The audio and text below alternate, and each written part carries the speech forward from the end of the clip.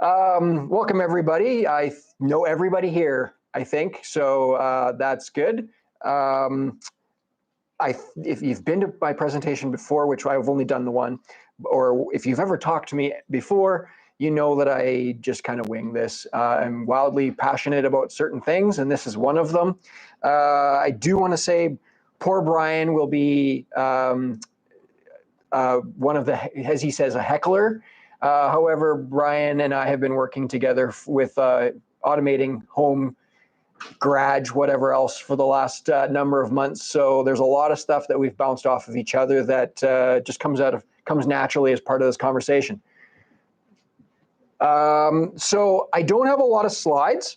I'm not a slide person. I just have a couple. If I don't put stuff in slides, you're going to get to the end and you're like, well, you should have started this at the beginning. So I just have a couple of things I need to do at the beginning, or it gets really messed up. This is a rabbit hole, huge rabbit hole of fun, a little bit of frustration. But all in all, it's a matter of what you can turn home automation into be something that you want it to be, or not. So you can go as far down the rabbit hole, or you can be happy with one or two things. I got a couple of things as examples here as well. This all started in my world. I added onto the back of my house, and there was, I said to my wife, I said, there's 3 rows of lights, and I'd like each row of light to be on a remote. And in the perfect scenario, I wanted to hit watch TV on the remote. Didn't know what that looked like. And the lights would dim, and it would be like the theater experience. That's where it started. It never got to the point of hitting the button for watching TV and the lights dim, because my wife says, that's weird, we can dim our own lights, even if it's by the app on her phone. So we'll get to that. I think it's a bit of a win. So anyway, introduction really here is the definition and this isn't my definition. I quickly looked up what they call the definition: the use of smart devices and technology to control and automate aspects of your home. Boring. It's hotly contested. A bunch of people, especially online, people online love to define it however they want, and you're wrong how you define it.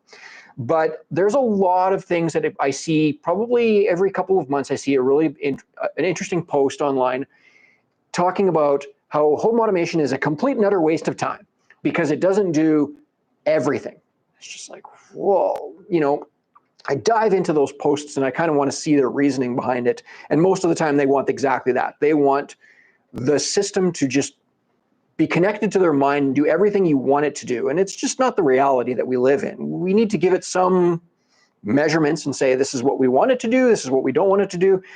We generally try it and it fails, or we tweak it a different way and it works much better. But generally, yeah, those people are right off the deep end, and therefore it's bad. And I find that that's a terrible way of defining it, because I think if you start small, you can kind of see where it works for you and where it doesn't work for you. What I think it does, in one word, is convenience. The benefits is being convenience, or as my wife calls it, laziness. And I go, yeah, sometimes you're not wrong. But she does agree with me that there are some time savings, some conveniences that works, that makes sense in our household. There's some times where she's just like, really? You did that? And I'm like, yeah. Or I'm sitting 2 feet away from the light switch and I will say something out loud and have the home automation system do it for me. That's just showing off, I guess. But anyway, I wanted to, energy efficiency. I know somebody had mentioned solar panels. I don't have those, but I do know a lot of people use home automation for solar panels and home energy efficiency. So in certain countries, states, etc., where energy costs you something differently during certain hours, you can have your house or your garage or whatever you're using on the grid react differently in those times so that you're saving that money. And that, I read about that and go, that's cool, because that's really utilizing it to save you money, and probably if you're not home anyway, why is stuff running? So there's a few good systems out here. I'll get into some of the details here, but this is not the definitive guide. This is hey, I'm really nerdy into this stuff and I want to explain it to you and this might work for you.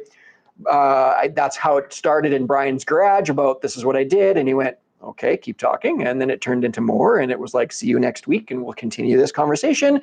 And I need to order some stuff and whatever the case is. So this is not the definitive guide. This is going to be a great discussion of what about this? What about this? And that's generally what happens in Brian's garage is what about this? And what about this? And stuff like that. So just part of the rabbit hole that I'm going to have you share with you. And of course, my definition is it's just awesome. And once I get into it, I'm wildly passionate about trying to make everything do something. And that's the part that drives my wife crazy. So evolution of home automation, it's ugly. Early days, basic timers, not a whole lot of smarts. Something turned on at a certain time, something turned off at the same time or at a different time. If you were lucky, you had a device that did 2 different times. Things like that. Larger scale systems came out. I know Mel and I were talking earlier today about a system called Control4. That was a very big one, and it's still around. The other one I couldn't think of earlier was called X10, and that was a big one as well. And these ones were a little bit further down that rabbit hole in a sense of very expensive, and it did your entire house. We're talking like every light switch in the house had it connected, home theater system, etc., which didn't necessarily age very well, some parts of this, and very expensive. Professionally installed, something went wrong with it, not good. You needed to have a professional come in and tweak it because it was a kind of a closed system. Forgot about that part. Sorry, what was it? The clapper, you're right. That was a good one. That might be the most basic mainstream one that ever got around. I never had one. I did have one. My parents gave me one to take to university. It never worked. Never worked. So yeah, early systems like basic timers and remote controls. I mean, I want to say it was a good 15 years ago when the universal remote was kind of a big thing where instead of having a litany of remotes, you could get one and you could program it. The most notable one was the Logitech Harmony systems, and I use one to this day, even though they stopped making them. Nonetheless, some of that Control4 X10 stuff was not very friendly. It worked. You needed to know how to make it work, and it wasn't, I wouldn't use the word fun. It was kind of a system that they put up with. And there was a lot of places, I shouldn't say I know of a lot of places, but I heard some people that moved into a house, had a Control4 system, and it was like, get it out of here. I mean, it was really difficult to use. I never saw it personally, but they said it was a nightmare. Moving into modern technologies, some of this stuff isn't super modular or modern, but obviously Bluetooth, Wi-Fi. I'll use the word AI carefully here because I don't do a whole lot with it yet, but we'll touch on that. And essentially all of it's under the umbrella of IoT, which is the terrible phrase that caught on that nobody replaced, Internet of Things. What isn't an Internet of Things by definition these days? And that's why it's such a terrible abbreviation. It's too broad, I think.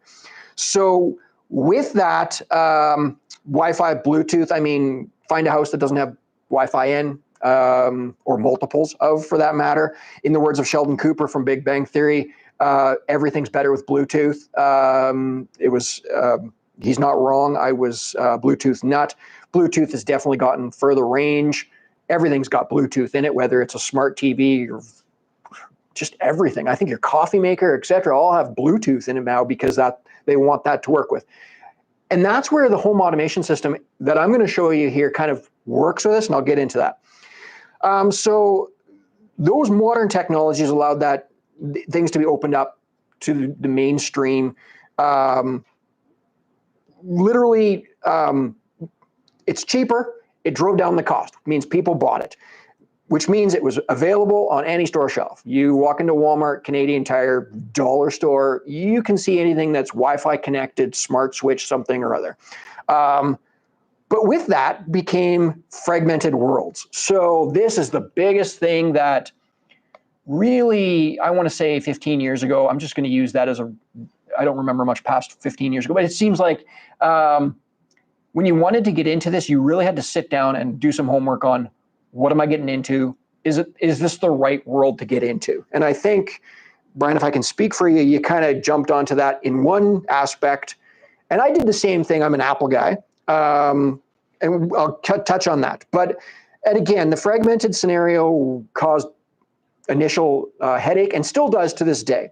So fragmented how? Well, I mean, there's all sorts of different systems. Amazon, Google, Samsung, of course, has to do their own thing like they always do. Apple HomeKit. These are all ecosystems that exist now.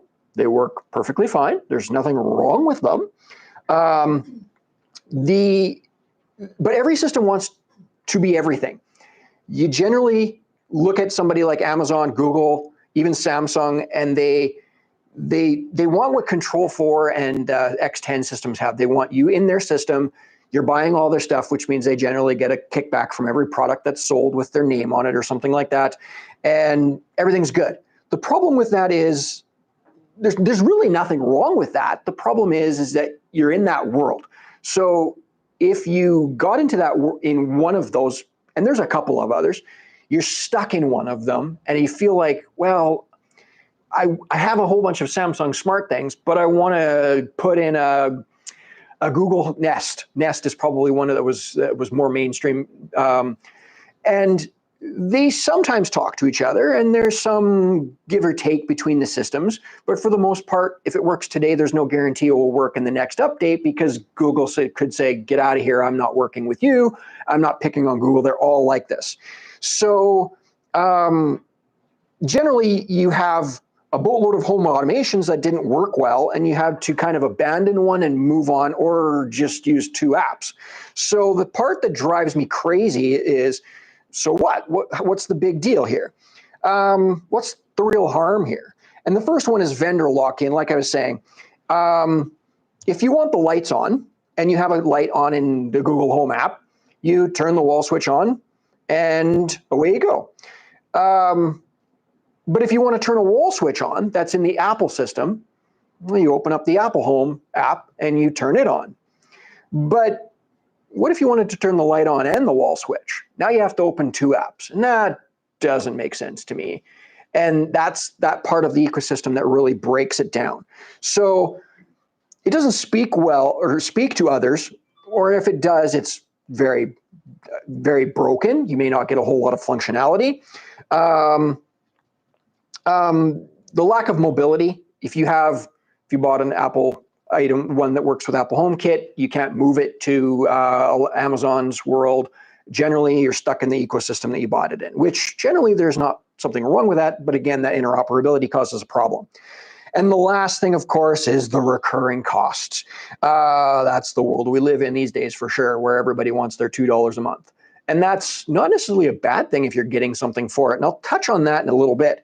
But generally, the products with Amazon and Google and even Samsung, they're selling these products at a loss, if not for cost. And the idea behind it is your data and all the voice commands and stuff like that is being sold to advertisers, whatever the case is. And I'm not going to go down that rabbit hole because we don't need to play that game today.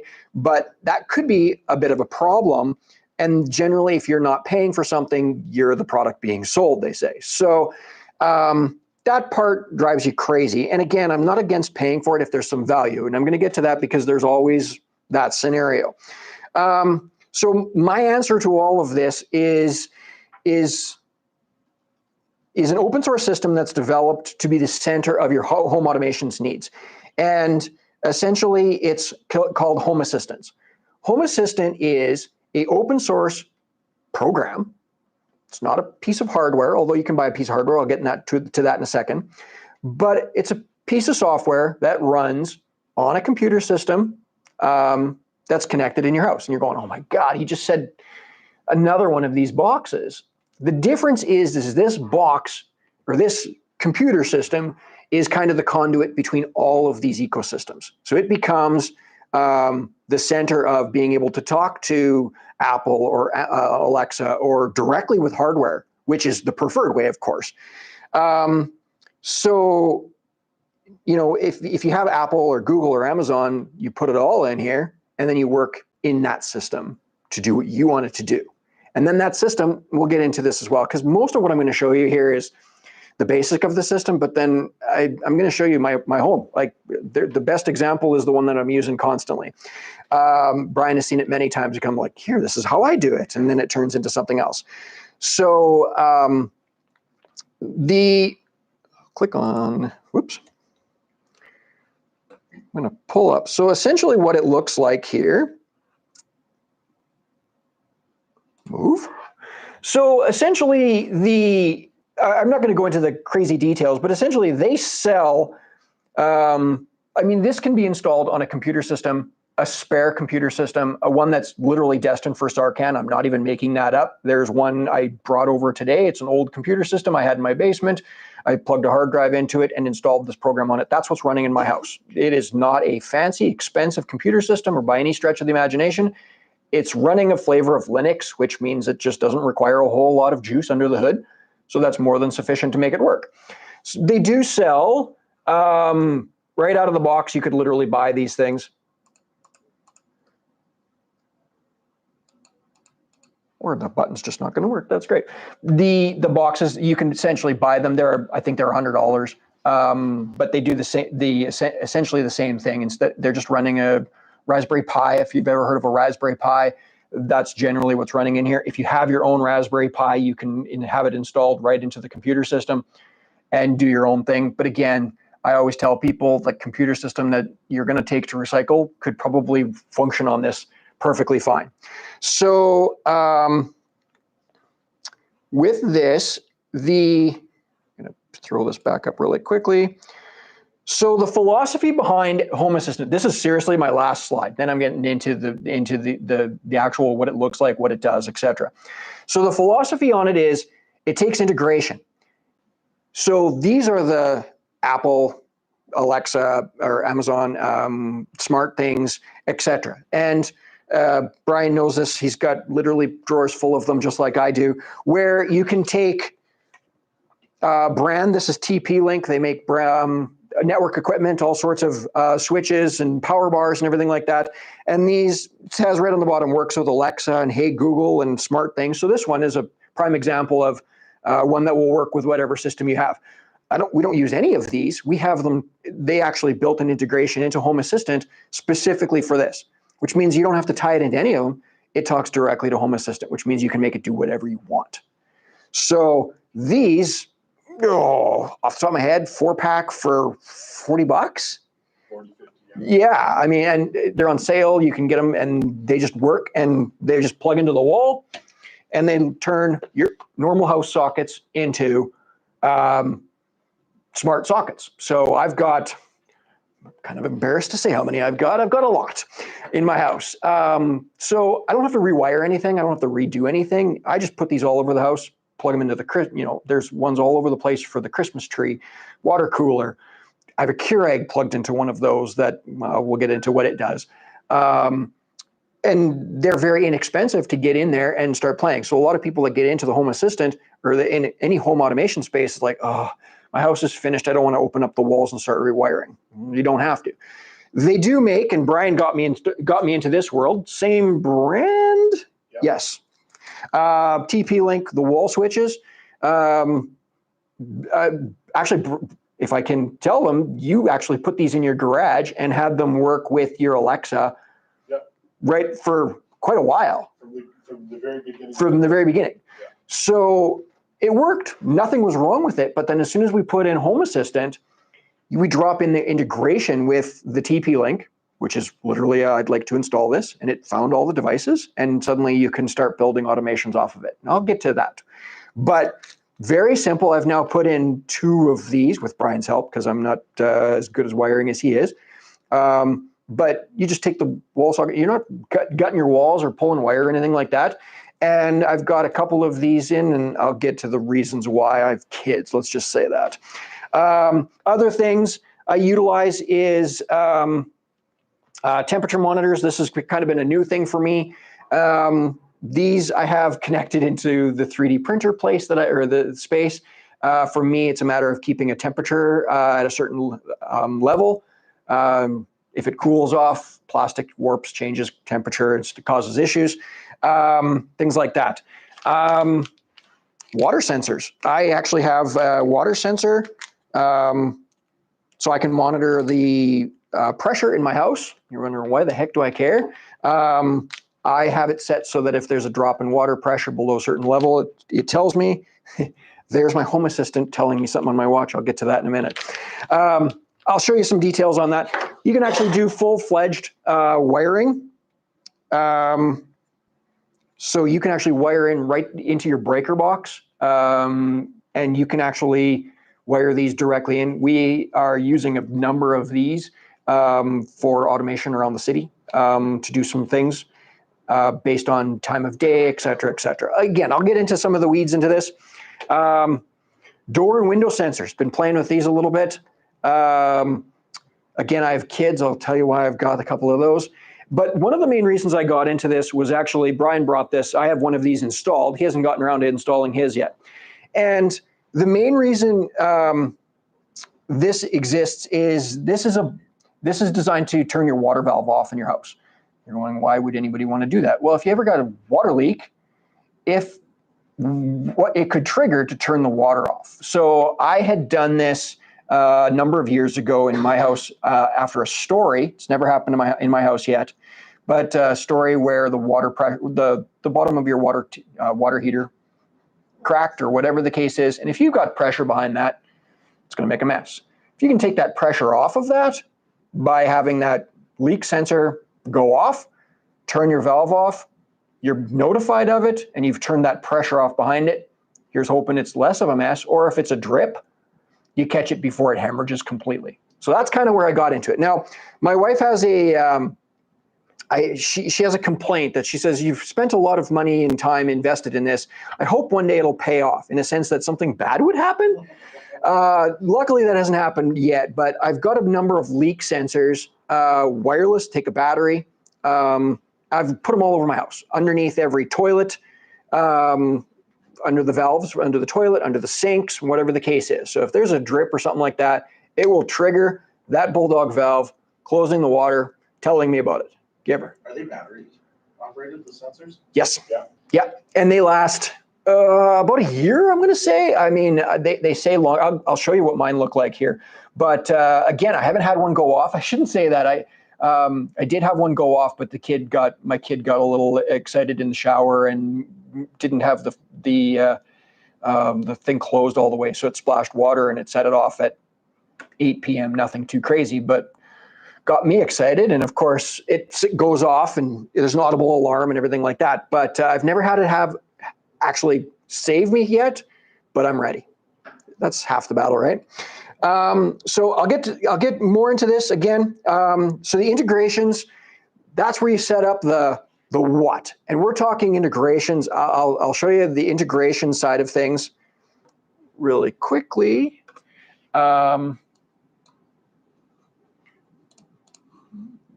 Integrations. I think my mouse just hates me. Hold on a second. Sorry.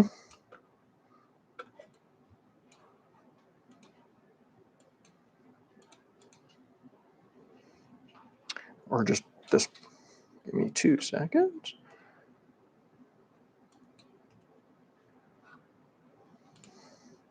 Nice picture in the meantime, right? The neat part of the integrations is it's not rocket science. Right. It's pretty straightforward. I want this to happen when this occurs, and you click on it, you say okay, and it does it. You don't have to. There's no code writing and all that stuff. Yeah, this is. That can happen, but you don't need to do all that stuff. It's just. Yeah, it's designed to be.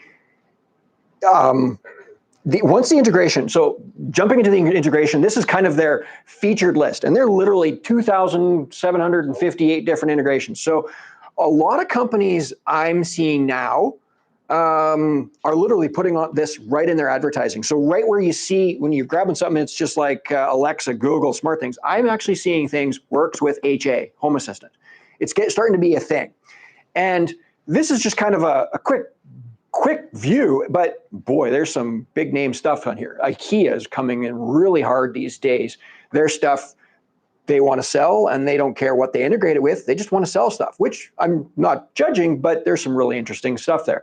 So Ecobee thermostats, Google Assistant, Shelly. So Shelly is Water sensor.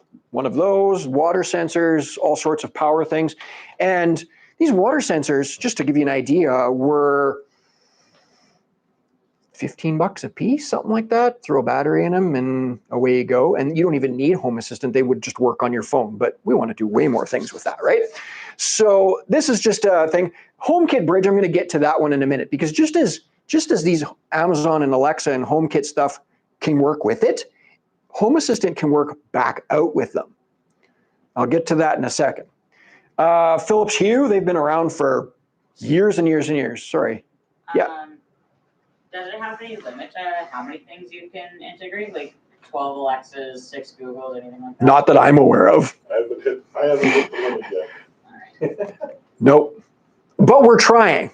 Is that better? Is that not the right answer? Anyway, this integration. So we can take inputs from any of the devices and then outputs to any of the devices? Potentially. There are some limitations. Say, hey Siri, and it could affect my Google Nest thermostat? Yep.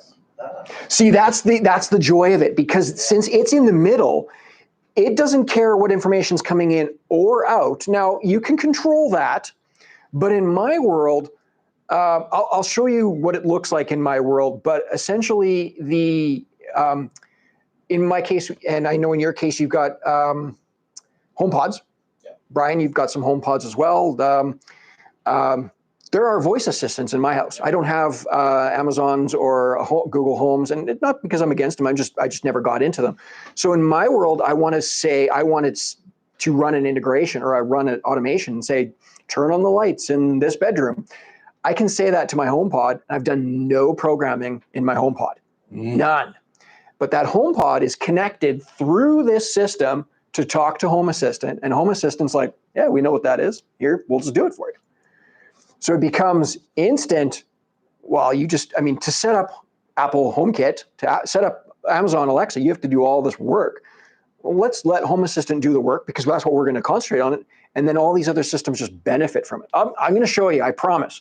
The last two I want to talk about, Sonos speakers. If anybody's got Sonos speakers, I used it a little bit. I kind of don't use a whole lot of Sonos anymore. It's got Alexa. Yeah, I have a couple of the old ones where they don't, so I can actually use them as media players, as though I do have I can speak to my HomePods. You can use them to play music in sequence and stuff like that. The last two I wanted to talk about specifically is Z-Wave and Zigbee. Z-Wave and Zigbee are radio frequencies much like Wi-Fi, but they're not Wi-Fi. And the reason why is it different? They're ridiculously low power, very quick, and they don't rely on any other hardware. So my laptop sitting right here, if I want to communicate to something, it has to go through a wireless connection to talk to something else. The way Z-Wave and Zigbee work is, if I have, this is actually a Zigbee connection, and it requires an antenna, but Home Assistant can actually speak directly to it. So in an event of a power failure or something like that, if you had I have my Home Assistant computer on a battery backup, I can actually communicate to this forever, as long as I've got a battery functioning on it. So you can go down this rabbit hole and change it. You can do a lot of stuff, because I was just talking to Brian about this a couple weeks ago. It's like, well, if my power went out and there was a leak in my basement and my Wi-Fi was out, my leak sensor can't communicate with my Home Assistant to tell it to turn the water valve off. But now it can. It's just like, well, how far do you want to get down this road? Like, you could play this game for a long time. So anyway, having said all that, it's not a requirement that you do all that. No. Just have Wi-Fi running in your house. It runs. It just runs. So when we've set up Brian's, if I can, when I set his up, when we set his up, we installed this computer system, and you open the program, and this is, I hate this second monitor thing. This is literally the Home Assistant that's just sitting in the corner here. I set it up it's in behind the door, sorry. I just set it up. This is as basic as it gets. You'll log into it, and this is it. And now I'm going to stop doing something on my screen so I can actually navigate this without looking like I can't. Mirror. There, you guys can still see that. So this is as simple as, this is a dashboard. So it takes, this is the basic front end. There's not a whole lot going on here other than it knows that my location, I put my location in there. And in here, I can just go into the settings, and this is where we add the integrations. Now, there's a couple of things. Oh, it knows where the sun is. Again, based on latitude and longitude, it knows sunrise and sunset. Why is that important? That alone is its integration. I now can say, if when the sun rises or when the sun sets, do this. That is as simple and basic of an automation without needing any other pieces of hardware. Now, what are you going to do without another piece of hardware? I could take this plug-in, connect it into this system, and say, on sunrise, turn it on. Leave it on for 5 minutes, 5 hours, whatever the case is, and then turn it off. And the other cool part of that then is that depending on time of year, it changes all that. Yep. You don't have to know that the sun is earlier in the summer, right? It just. Nope. It's automatic. In fact, if I actually take a quick look at this, if I'm not mistaken, I can click on it and it will show me. Yep. I have it. Yeah. Mm-hmm. Mm-hmm. But you should be able to see. So, I mean, just out of the box without touching anything, there's the forecast, pressure, humidity, any piece of metric that shows up in here, you can do something with it.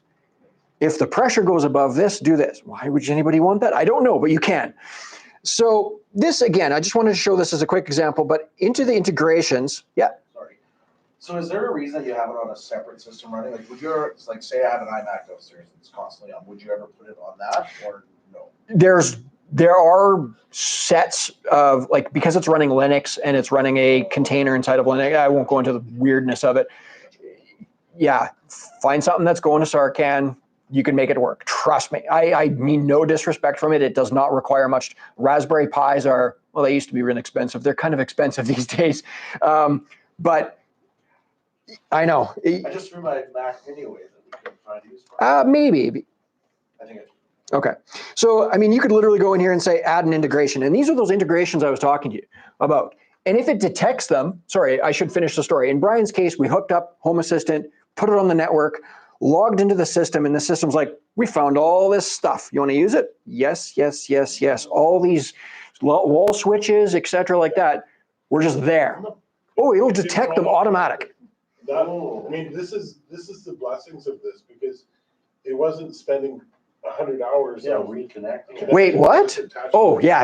You definitely take some time playing with it. Yeah. What's that? Can you find your neighbors? Because it's on, in this case, the Wi-Fi zone, no. However, there are some interesting stories about the range of Bluetooth you can get on sonic toothbrushes that people can pick up for blocks on blocks. It's weird. Yeah.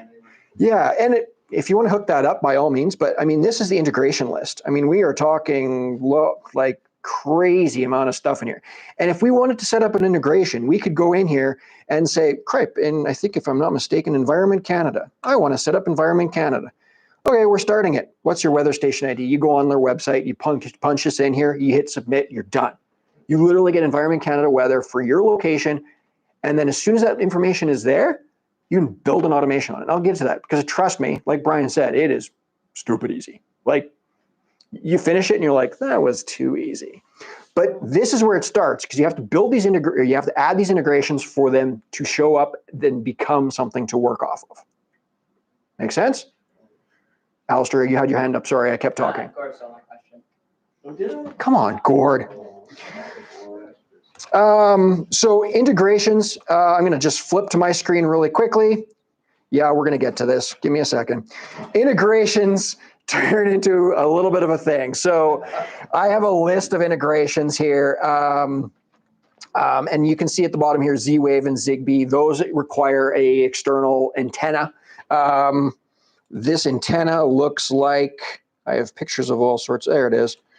It's just a little USB dongle that's plugged into the back. And when I got to this, I just picked one of these up a couple of weeks ago. But Z-Wave, again, one of those radio technology frequencies. When I did my living room lights many years ago, that's the function it was, a Z-Wave. And it's old. It's really old. But it was a standard.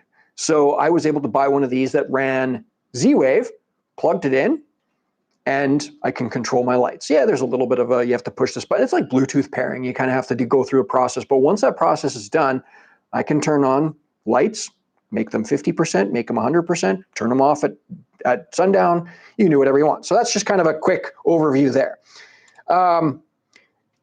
The Sun, the TP-Link Smart Home, those are those devices right here.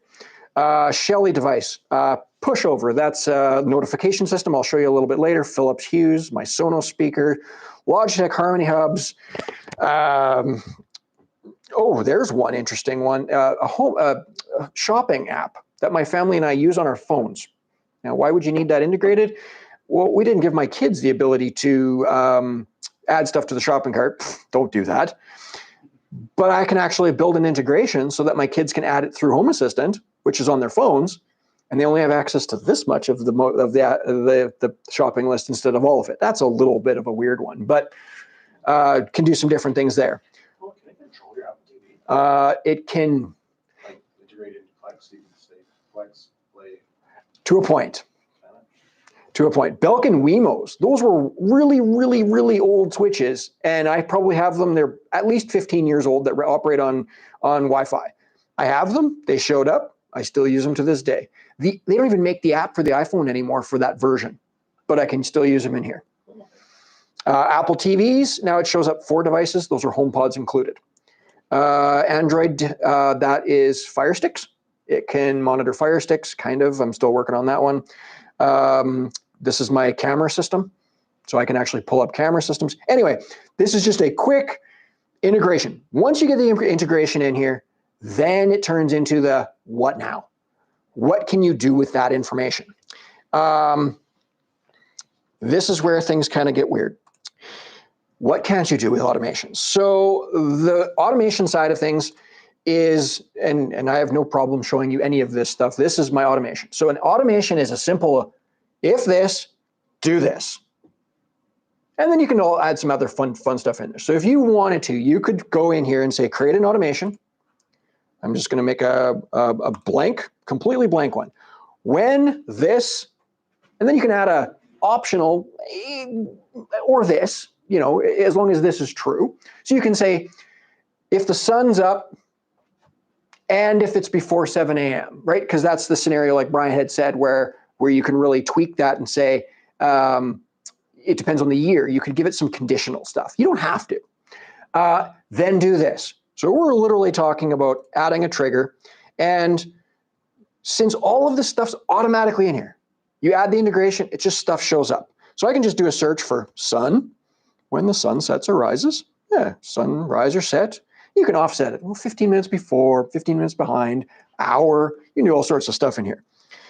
So you can just say that. When the sun rises, then do this. TP-Link.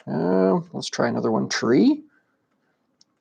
Sorry, device. Forgot to hit that button. I can turn on my Christmas tree in my living room. Done. On sunrise, turn this on. It could be that simple. Create the automation, name it, and it will run forevermore. Then you can start getting really into it and go, do this, this, this, this, this, this, this. You can start adding them up. You can start building automations on top of automations. And this is kind of where it gets a little bit crazy. And it doesn't have to be. I started and I ran for this for like probably a year of just put the basic stuff in here. And then you go, well, what about this? Well, what about this? Like behind the Christmas tree was one of the first ones. Yep. Want to get in behind. Yep. So now I had it set. So yeah, exactly that. And this is one of the first of those old Wemo switches that I had. Plugged into the Christmas tree because every morning somebody went underneath there, dropped 2-3 ornaments off of it and broke them. And I'm like, I can fix this. Nobody asked me to fix it, but I could fix it. So this is where I started playing with this stuff. And you can go in here and say, one of the ones that I've been working on lately is you can actually give it a work day. You can say, these are weekdays and these are weekends.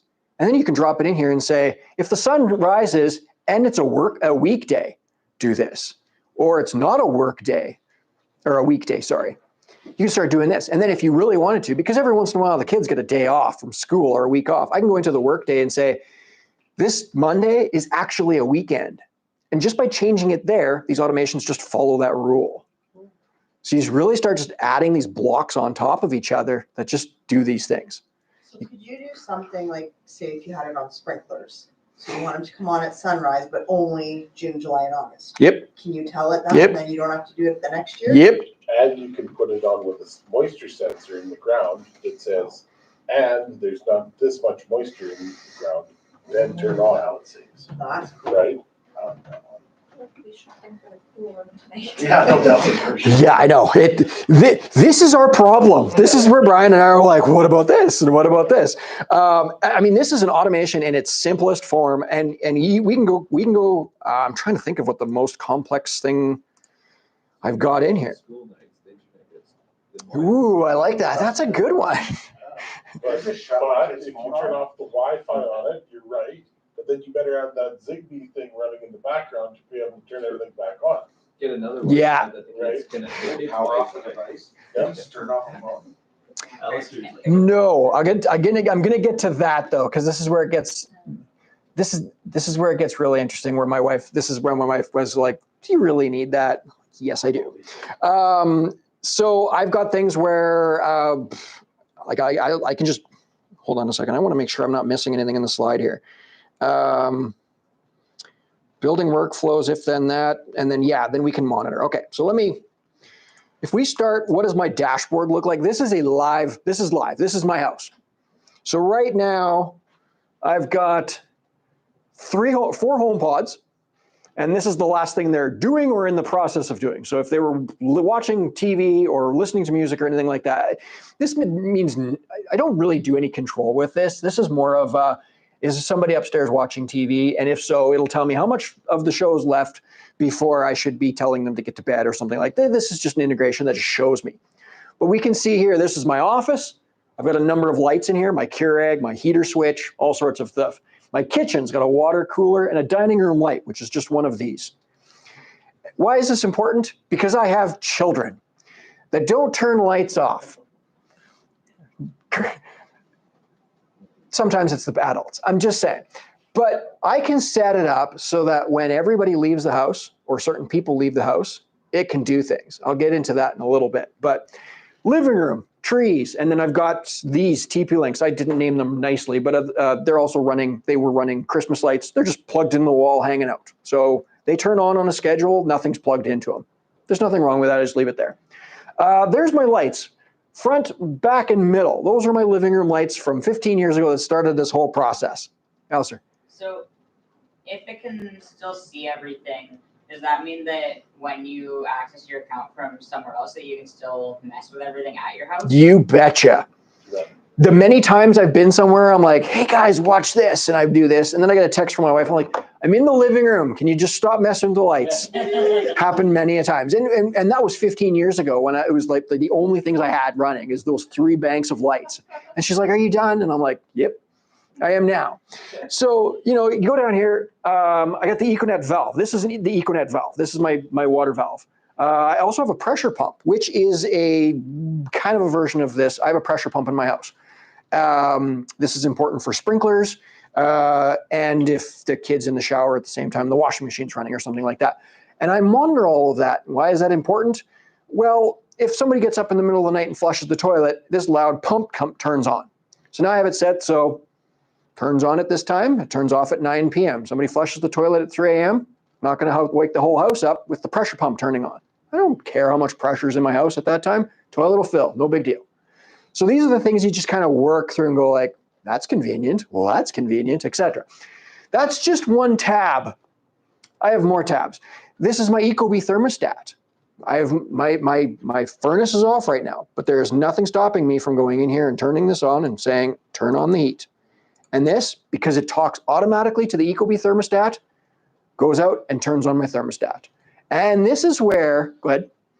I know you're. So say you have this automation on your phone, if you want to talk to it, you don't have this desktop set up. Can you make it so I can say like, hey Siri, turn, Yep. and it goes right through, or Yep. Alexa, or. Yep, I'll show you that in a second. So this is important because, what's that? Your Siri globe was going on the top right. Oh, because you said it. Yeah, I haven't programmed my laptop. Stop it. What did you just turn on now? There is some risk associated with that. So the one thing that I've done in the past, and when I added the Ecobee thermostat, I had this great idea that, trying to remember which way it was now. If the house got, yeah. So you'd wake up in the morning, say a nice morning like this morning. I'm like, I don't need the heat on. It's been a night. It was a nice night, but it's supposed to get hot this afternoon. So I go up to the thermostat and I physically turn it off. It's done. I go to work, and at 3 p.m., the house is about 26, 27, getting to 28 degrees, and some idiot turned off the thermostat that morning. Well, that's easy. I just wrote an automation. If the temperature in the house gets above 25 and the thermostat is off, so you can actually set that. If it's off, ping me. It will send my phone a notification that says, hey, dummy. Okay, I phrased it somewhat better. But do that, heads up. And I go, oh, crap. I can go in here, turn the air conditioner back on, not have a 30-degree house when I come home. Is this life-changing? No. Is it convenient? Yes. But these are the types of things that it can just be a notification. This is just, it doesn't have to do anything. It just might have to tell you that it's doing something. And that, to me, is super important. I do a lot of notifications just because. I do a lot of notifications when you build an automation. Just say, if this happens, just send me a message, because I want to see how often that happens, and then maybe I'll tell it to do something later. So it's a way of doing it. And you can actually build them on top of it. Do this and then send me a notification as well. That's one. Sensors. I got a lot of sensors in my house. This is the data. So this isn't just controlling stuff. This is sensor data. So these are all my flood sensors. So I've got 4 or 5 of them, and they say unavailable because they only call in so often. So it's perfectly fine. They tell me 3 things: if it's wet or dry, the temperature, and the battery. So again, because it's telling me the battery, I wrote an automation that says if the battery ever goes below 80%, notify me, because generally after 80%, they go from 80 to 0 really quick. So I just go change the battery. And of course, if it's wet, any one of those sensors go wet, close my valve, turn my pressure pump off. It's really bad to have no water and a pressure pump on at the same time. Things like that. I monitor my freezer and my fridge. There's my fridge and my. Saved me $300 last week. My freezer bill. And this is the stories I've heard. It's never happened to me, so the investment hasn't paid off. But I hear stories about the freezer crapped out a week ago. Don't use my freezer. Everything's spoiled in there.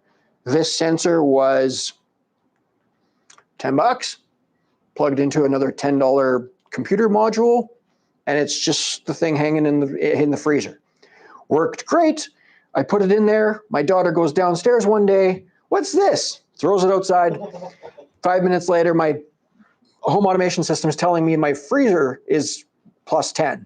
Like, what? I go downstairs and it's laying on the side. I'm like, what the heck? She goes, I didn't know what it was, so I took it out. Well, at least I know my automation's working. But you can see exactly that. You can see when the compressor kicks in and whatever the case is. So then I write an automation. If it dips below, I could take a look at this. If it gets to minus 20, minus 15, tell me about it. The likelihood of it being outside of that range is pretty simple. History will tell you that. My temperature monitor, which is flatlining because it's way too far away from my house to report in right now. That's exactly this module. So I can actually monitor this, and you can see what time I go into my office and start 3D printing, about 6 a.m. My office doors, these are these door sensors. So I just put one of these door sensors in, and you can see that my office door is now open. Does it matter? No. But I can actually go in there and say, if I'm not home and my door opens, tell me. If I'm home and the door opens, I don't care. Do I care? No, I've just been started playing with these a couple weeks ago. So You literally had kids playing and they shut the door to the litter boxes for the cats when they're playing. And we didn't know. And then the cats, I would have known that. This is exactly the, wait a minute, I can fix this scenarios. And this is where your mind gets going, oh, what about this? And then you add stuff to your Amazon cart. And then your wife gets mad, etc. Yeah, and again, I monitor the batteries. And these batteries do not go from 80 to 0, so that's no big deal. And water pressure. Can you monitor if you left the oven on? Or is it still on? If you have one of those smart machines, absolutely. Yep. Alistair? Are you able to hook up custom integrations? Like, if you have, I don't know, an electronic lock for your door or something that isn't hooked up, but Yep. We actually were talking about this a couple months ago because I was looking for what to do in case of these door sensors because my daughter moved into the basement and I have trust issues. It's not true, but I got a lot of stuff down there. I'm like, I don't want you in my area. So we were looking at that, and there's a lot of stuff. I'll actually show you some of the really nerdy details of some of these integrations here. One of the other keys, sorry, Jake. No, by all means. One of the other keys to all of this is just because it's on this system, it doesn't mean that it doesn't work for everybody else that isn't on this. Yeah. So when you put the light switch on the wall, it's still a regular light switch that turns off and on. So you don't have to have it on your phone. You don't have to talk to Alexa or whatever. You can just walk over to it and flick the switch and it works. I call it wife proof. And I kid you not, when I moved, no, I mean, no disrespect. If my wife's here, she's like, you damn right. When Jamie and I moved in together, she's like, perfect. How do I watch TV? And I handed her a keyboard and she looked at me like, you've got to be kidding me. And I'm like, no. And she was like, this is not going to cut it. I'm like, okay. So everything I do has to have and that's a great check of logic of, yeah, this is way too difficult than it needs to be. And so Brian's exactly right. This is a light switch. If the Wi-Fi goes down, still a light switch. Everything will function in my house regardless. And that's really important for me to continue doing what I'm doing without getting in trouble. Because if I have to hand her phone and say, you have to talk to Siri, or you have to do this, or you have to go into this app to do 3 things to turn on it's not happening. And that's fair as far as I'm concerned. This should be convenience. That's the word I use for this. Lazy, whatever you want to call it, that's fine.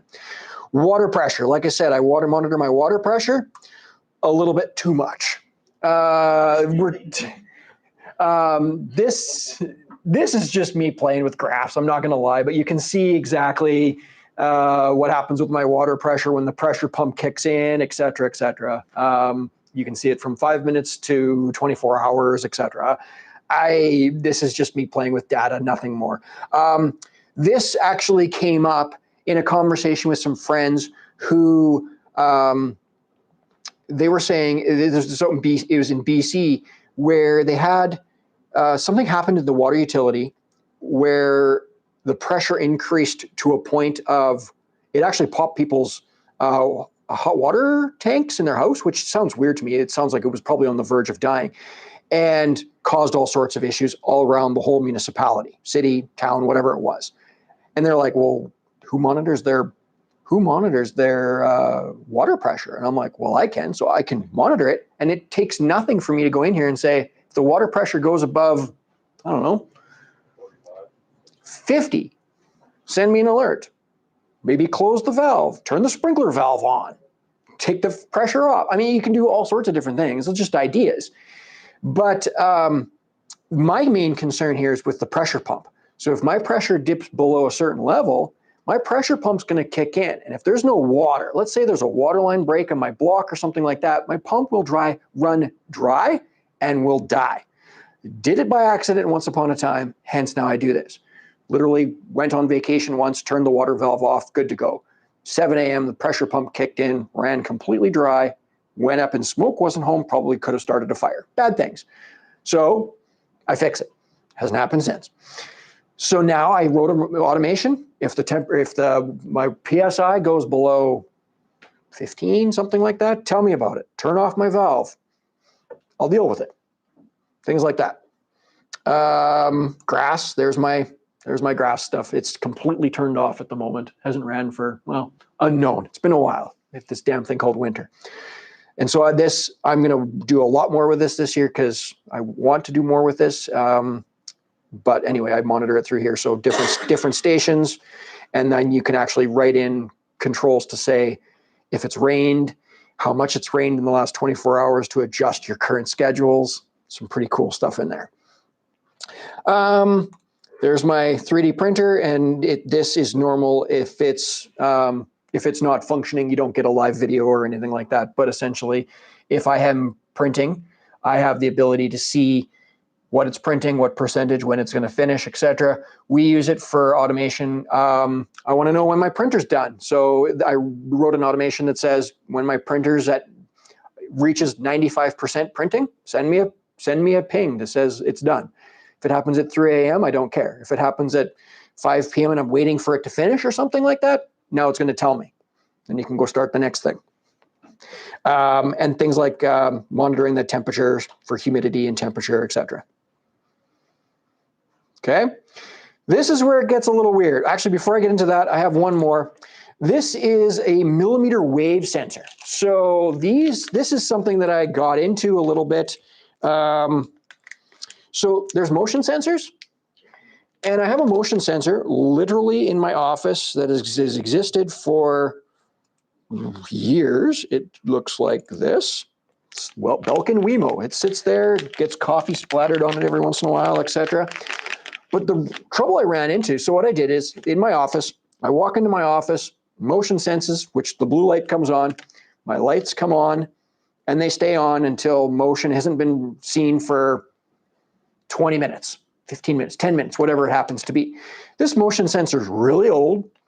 And if I'm more than 3 or 4 feet away from the motion sensor, I'm working away, and apparently I'm not very active at my computer, and my lights go off while you're in the middle of a Zoom meeting or something like that. And it's just like, really? So these motion sensors are not very robust in that sense. So instead, we started working with millimeter wave sensors. That is a very dirty picture of one that I've been prototyping on my desk. And this is the custom stuff I was talking about, Alistair. This is ESP32 control board plugged into a millimeter wave sensor. And this millimeter wave sensor can sense the human heartbeat as motion. In other words, it's that sensitive for 30 meters away. Crazy distance. So I started using these instead. So now when I walk into my office, you can set the distance for it to pay attention to. I walk into my office, my lights come on. And the likelihood of them staying on, because it's detecting my heartbeat this far away from it, is that it will stay functioning, or my lights will stay on.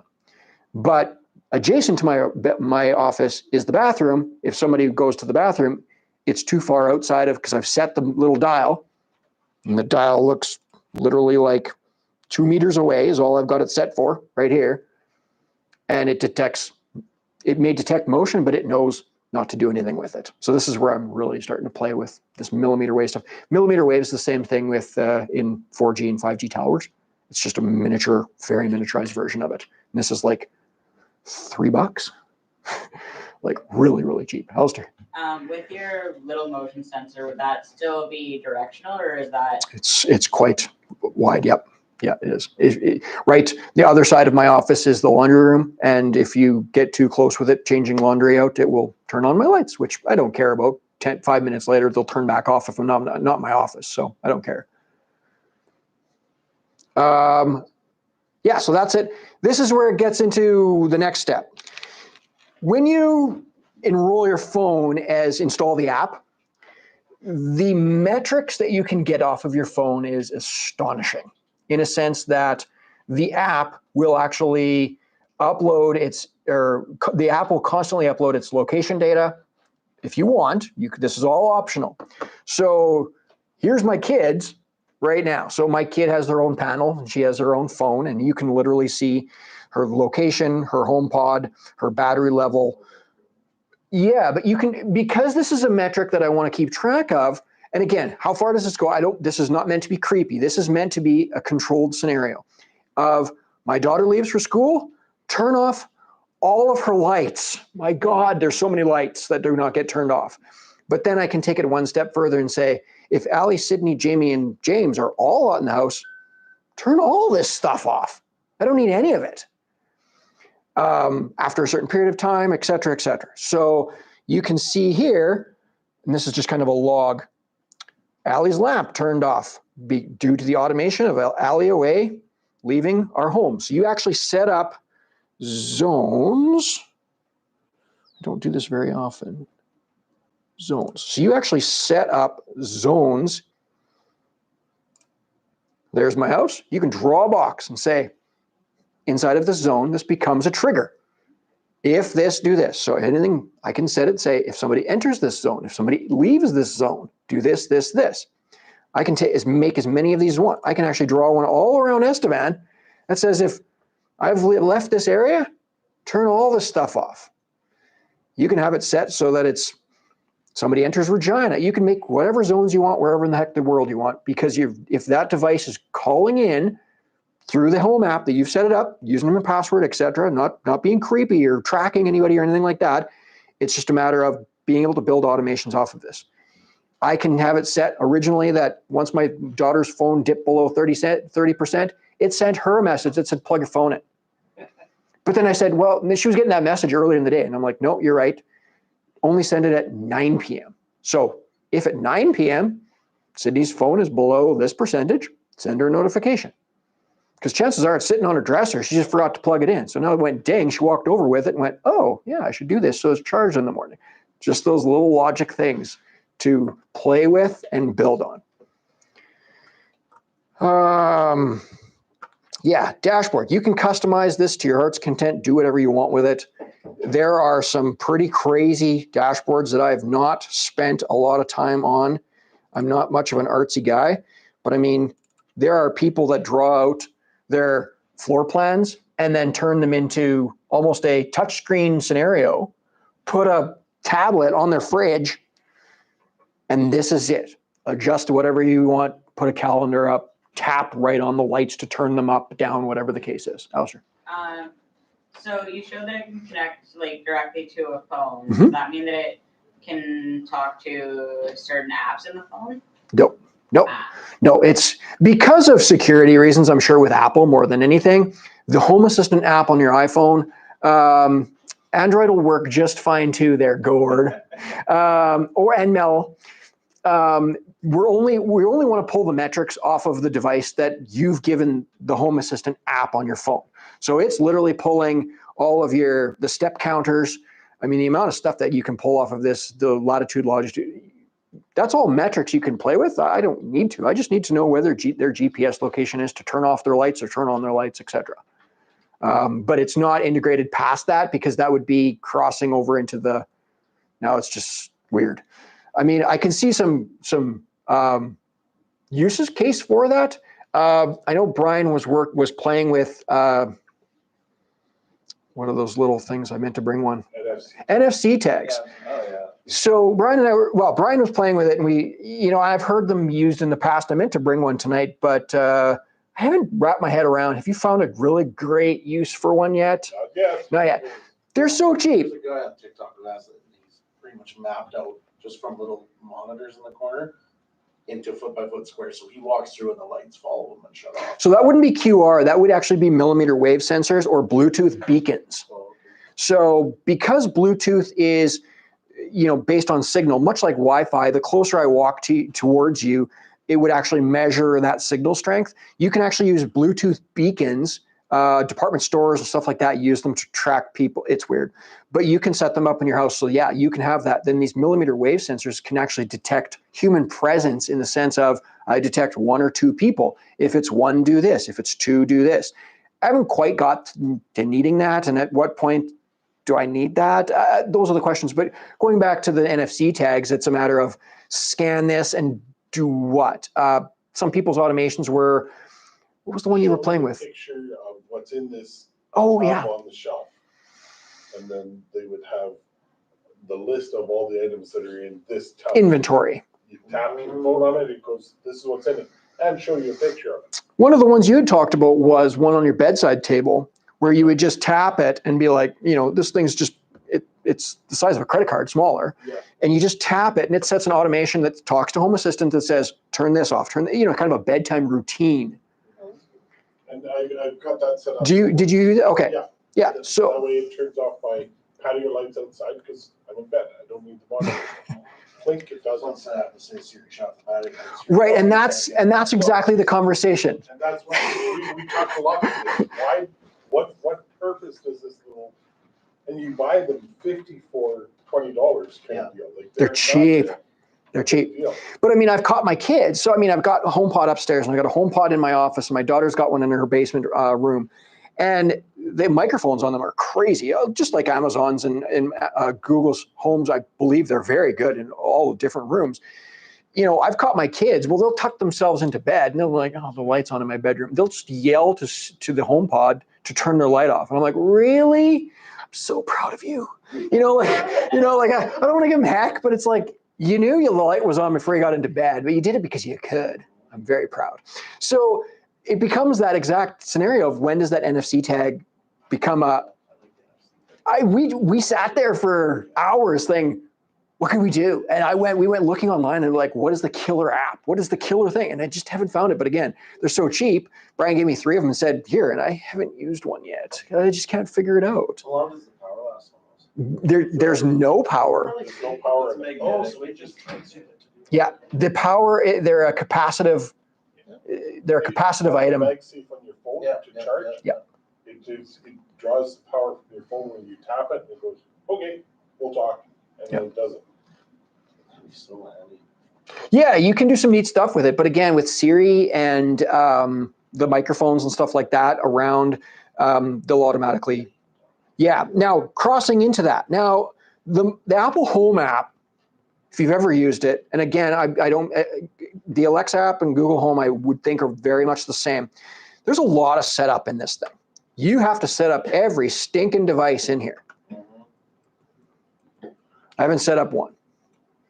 This is all automatic. This is all automatically pulling from my Home Assistant without touching it. Even if it's not a HomeKit device, it'll pull into your Apple. Yes. You bet. Because Home Assistant is the bridge, that's that central hub that is handing all this information off. So it believes, Apple HomeKit, and again, not picking on Google or Alexa, they're all the same in the sense that they just need data. They don't care where it's coming from. So the Home Assistant turns into a HomeKit bridge, wink, wink, nudge, nudge. It's not.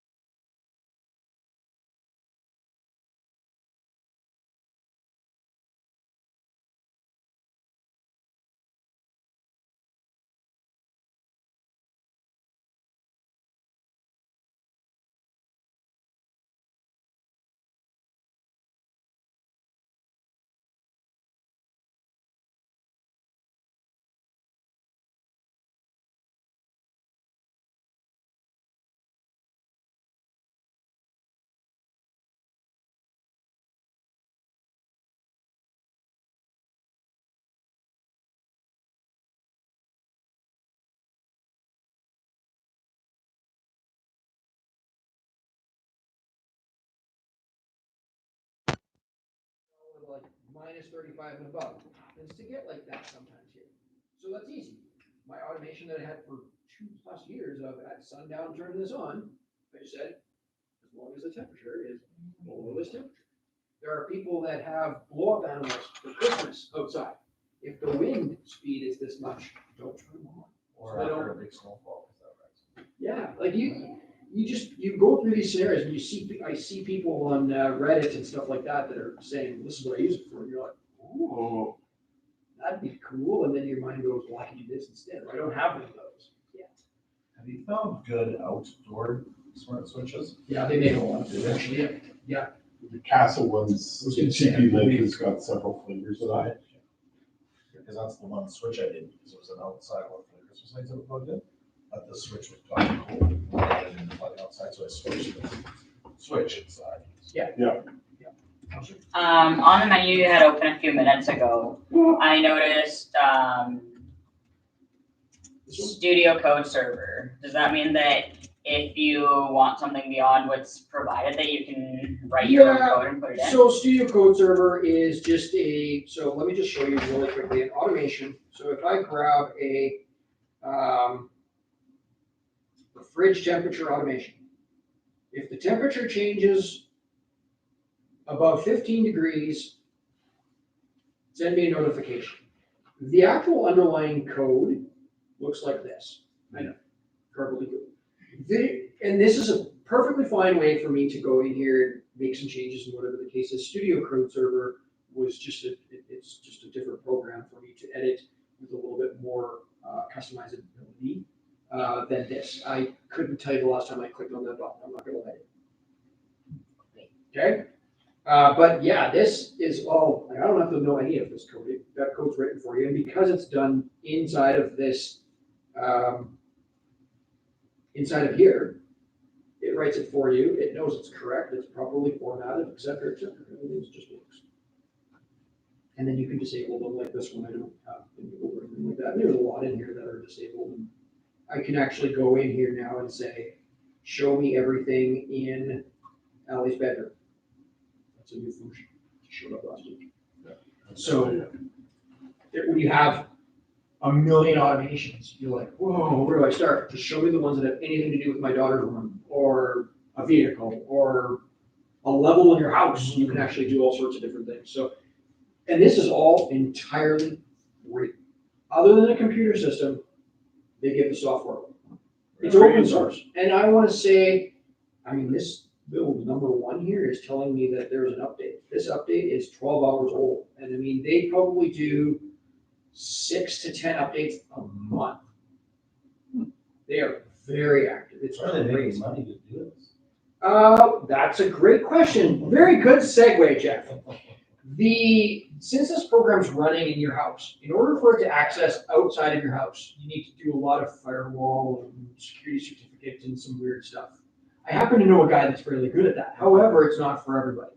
And this is where this company actually does this Home Assistant Cloud. There's a button right there. And so $4 a month, $3 a month, I can't remember what it is. You just give them that money, and that's to help them do this program. You just install it, or you just send them their $3 a month or whatever the case is. You sign in, and it works automatically on your phone. You don't have to touch a firewall. You don't have to do anything. So there's a lot of people that just go, they do that, even though they're like, I know how to do this stuff on my firewall and fart around with this. It's worth the $3, and it is. I would happily pay them $5 a month, no problem, because of what I can do with this. It's everything. I don't know. It's like for control. I don't have anything outside of the system.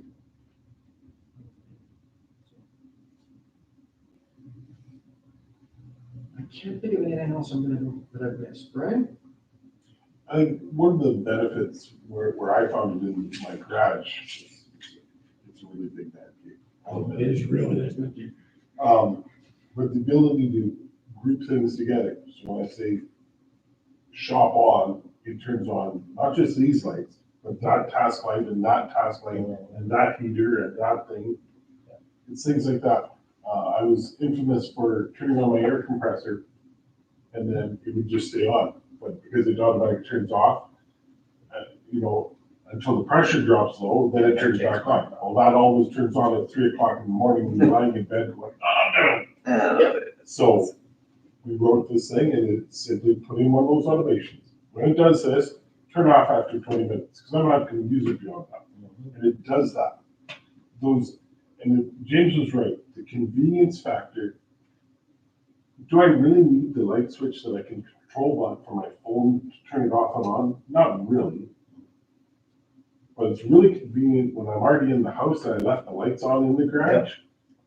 Hey dummy, turn off all the lights. Boom. We found ourselves in the winter. We're all boots on, half on the door, living room lights on. So now if somebody's got to kind of draw straws to who's going to take their boots off because they're wet and go turn off the light. No, we just tell the home pod to do it and away it goes. And that's where I catch my wife. I'm like, what was that? Did you just use the home automation? She's like, not happily.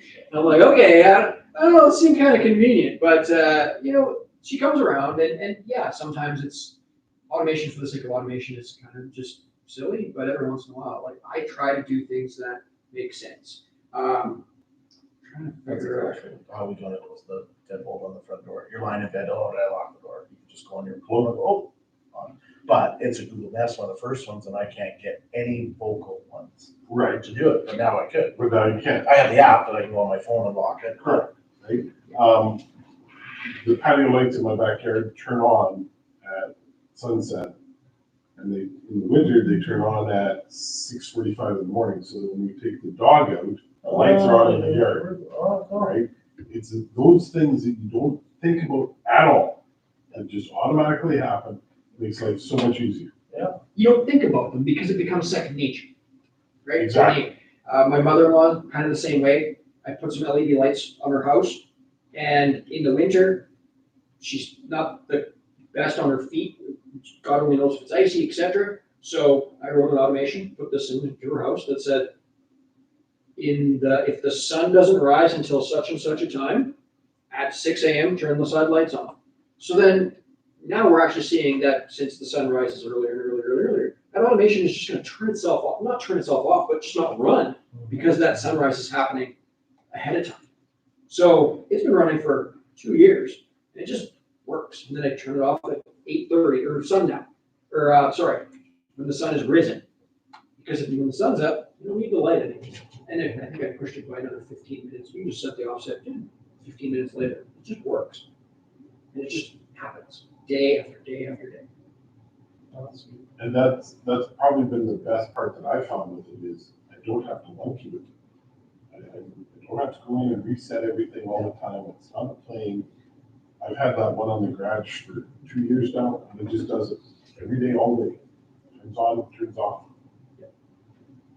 Yeah, and I mean, you do, like I said, if I quickly take a look at this, in my integrations, that's one thing to note.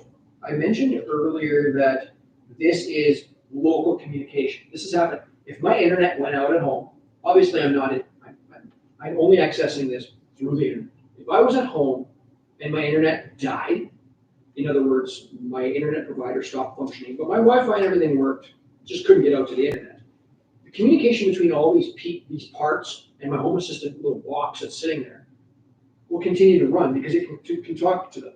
Now, there's a few of them you'll see here. Ecobee has a little cloud icon. Casa. No, Casa No, I doesn't. was going to say they shouldn't. No. Open sprinkler. That's because my daughter's got something unplugged, so it's telling me it's not happy. There are some Environment Canada. Well, obviously, it can't communicate with Environment Canada because Environment Canada is not my house. So there are a few things, and it'll tell you this one requires the cloud. I'm also ready to believe it says yes. Why is your Ecobee? The integration, Ecobee does not allow direct communication from it. So it actually is using their website service. It is a function of it. Again, if I'm at home, I can adjust it or turn it off. If the power's off, it's not going to run anyway. So that one, I'd like to make it. I'd like it to be direct, but at the end of the day, it just works. So I'm not too worried about it. I find anything that happens that requires, so there used to be something called a Wink Hub. Anybody heard of Wink Hub? Home Depot used to sell it. Same thing, you buy this box and you buy their light switches and whatever the case is, and it was cloud connected, and it was touted as, it was a great little thing. You go home, you plug it into your internet, you plug the outlet in, and it's great. And it would connect into your Siri and Alexa and whatever the case is, but it was completely cloud-based. So I kid you not, I had one. Send it back. I had one, and I'd say, hey, Shlomo, I'm just gonna say Shlomo instead of the other word, turn on the light. 10 to 15 seconds and the light would turn on. Because it had to go out to the internet, process that, come back, tell it to do it. 10 to 15 seconds when you're waiting for a light to turn on, when you have groceries in your hand or a kid or something like that, not good. This is instant because it's happening internal. Again, with the exception of a couple of them, which I'm not too worried about. But that local communication is so fast, it just works. And that's why you gotta be a little bit careful when you buy the little plugins that go in the wall. Yeah. You can buy some really, really cheap ones, but they require that outside internet access, not just the Wi-Fi in your house. And we have 5 in our living room, and the lamp that got just added takes about 7 seconds. The rest is instant. We're waiting for 7 seconds. Oh, I know, it's Hang like, on. guys, turn on. Like, I can't believe we're complaining about that, but, so I actually purchased, I wish I had a picture of it, but I don't. I actually purchased, switches that look like this, exactly like this, not this brand, it was a different brand. Popped them off, hooked up wires directly to the board and reprogrammed it to take the cloud out. It only worked on a couple different models, it was super nerdy. And allowed you to turn them into a locally controlled communication that didn't even, it essentially neutered the connection to the cloud. That's exactly what they call it. So I actually do, and I realize we're coming up against time here, but one of the things, so this water sensor that I had here, you can't see, so that's the water pressure sensor, I just have one in the bag here. But this is an ESP32 board. I got, I'm not happy with how many I have, but anyway, they're like a $7, $8 little device that you can program to do all sorts of different things. And it's actually in most home automation products, these chips, they're very, very inexpensive. The system allows me to program whatever I want onto that chip and turn it into whatever I want it to be. And so I actually can go right into, it's called ESP Home. And there is, so my downstairs freezer, my fridge, the Keurig, all that stuff is actually one of those plugs with the full-fledged, I'll show you, full-fledged code that I upload directly into the board, wire, and the whole works. And it looks very nerdy, and it's a little bit nerdy, but it's, this one's real. Anyway, but this is just a function built right into the system, into this home assistant. So I can actually take parts, program them to do something, give them a very specific job to do, to monitor, to do whatever, and then turn them into an internet connected, not internet connected, a locally connected device to control, to manage, to do whatever I want. So that Keurig switch that looks exactly like this, it's the one I reprogrammed. It's just a box that it's exactly what looks exactly like this and allows me to make it to do all sorts of custom code. You can, in fact, monitor power. This allows you to monitor power. A better picture of it. Sorry, Alistair, let me just finish this thought here. This box here, I tried to find one online. This is this exact model where you can actually monitor the wattage. So I actually put one like this. This is my replacement that I have yet to actually put in. I had one like this for the longest time, directly plugged into my pressure pump. When my kids were at home in the summer, they turned the sprinkler on with the trampoline, and then they'd come home and the pressure pump's been running for like half hour straight through. It's like they don't need that water pressure. So I set up an automation that says, if the wattage is over such and such for a minute and a half, or 5 minutes, they're obviously not filling the tub anymore. They're using the sprinkler. They don't need that. Turn off the pressure pump. So again, it just gave me another piece of metric to play with, to do something with. Sorry, Alistair. Do you know which languages the code for it uses and or supports? YAML, it's called, Oh, yeah. YAML, Yeah. which I believe is based on Arduino. It's based off of their code base. I've heard of YAML. Yeah, it's a very structured based tabbed. I mean, if you take a quick look at the this one, this is YAML essentially. So you can kind of see there's tabs and it follows the basics of programming, but it's very popular YAML, but I don't quite know what it's based off of anymore. I want to say it's Python. I would assume so based on the annotation. I think Python, but I think that just because the Arduino usually That's right. heavily into Python. So Because Raspberry's. it'll be a test later when we drop that off. We should end this. Yeah. Okay. I'm fine with that. Okay. Yeah. Any last questions? Or? It's a rabbit hole. Thank you, James. Thank you.